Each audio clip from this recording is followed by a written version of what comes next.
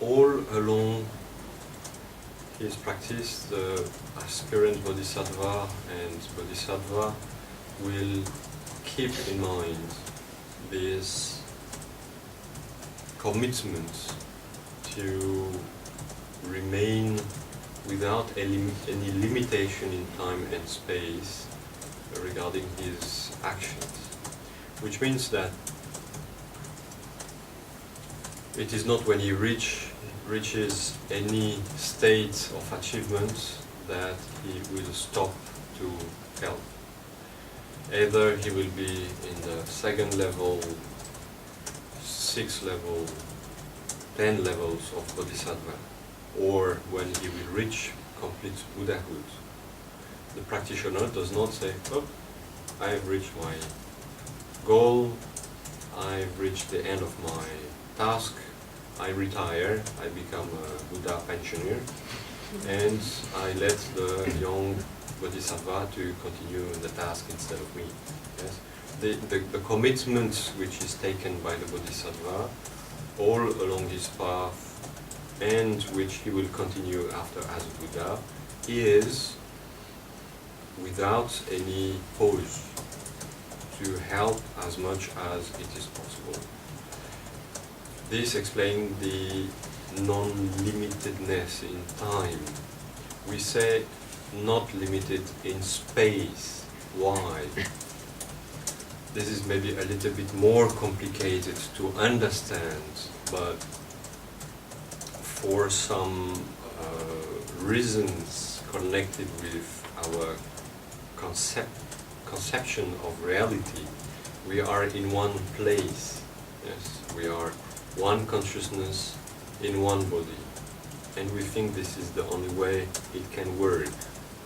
But once we are advanced enough on the spiritual development,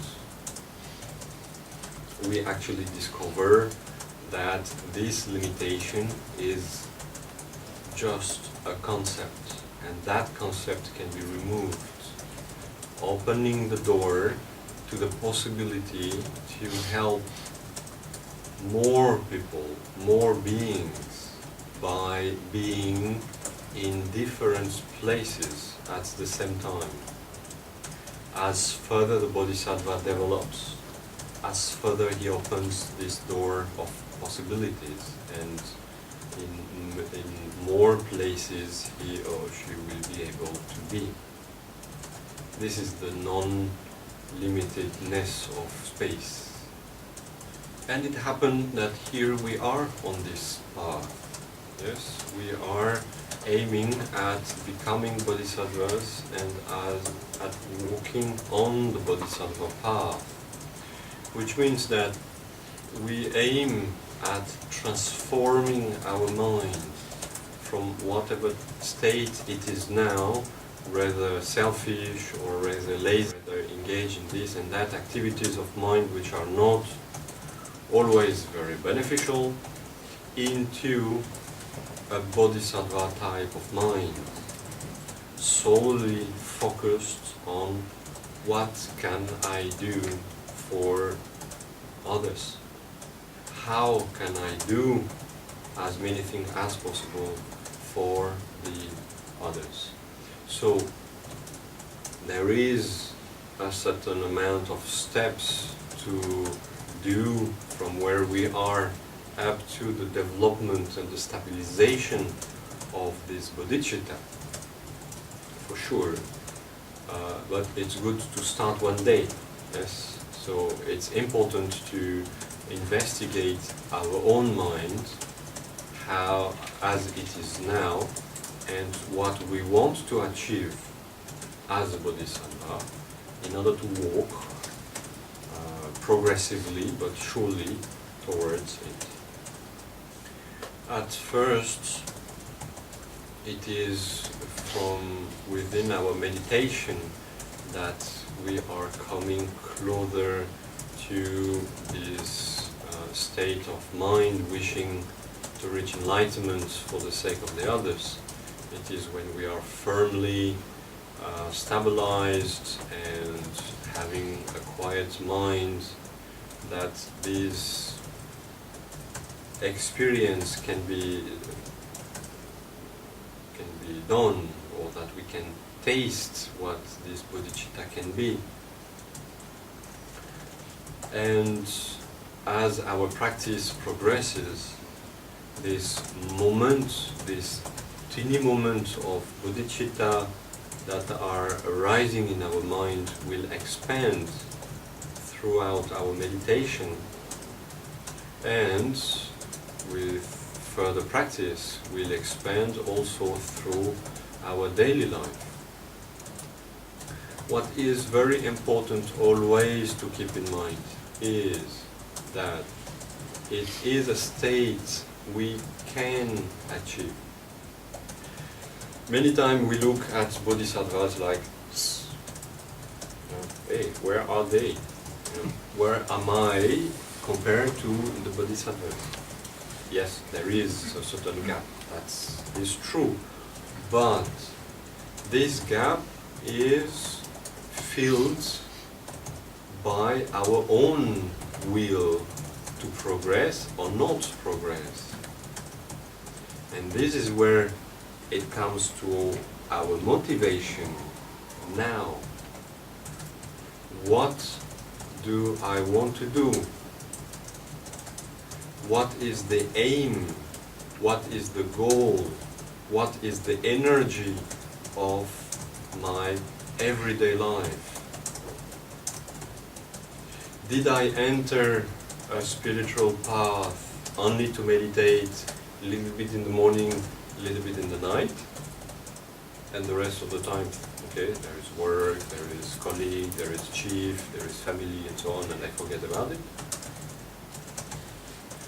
Or do I really want to change my state of mind, improve my state of mind in every moment, every aspect of my life? And if I choose the latter, how much effort am I ready to place into this process? Through what we know as the law of cause and effect, we are experiencing what we are creating. Whatever our mind creates, we are receiving its fruit. However we are thinking, what sustains our thoughts, the motivation for which we think, speak and act, is creating energy, is creating imprints which are giving results in a soon and later future. Meaning, in this context, as much we engage ourselves into a spiritual development, as much result we obtain. The law of cause and effect is not ruled by any God or any external mechanism. It is ruled by our own mind. I think in a certain way, I gather the result of that. There is nobody in the meantime who says, oh, he thought in this way, well, I'm kind today, I will give him a good point, a good mark, and I will have mercy for his stupidity, and he will not pay for it for this time. Yes? Or the next day, the God is pissed off and says, twice more today because you're not nice. Yeah? So, it doesn't work like that. Whatever we create, we get. But there is a little maturation for time before we experience it. But this aside, we are at the main root of whatever our life is made of. And that is a very important point.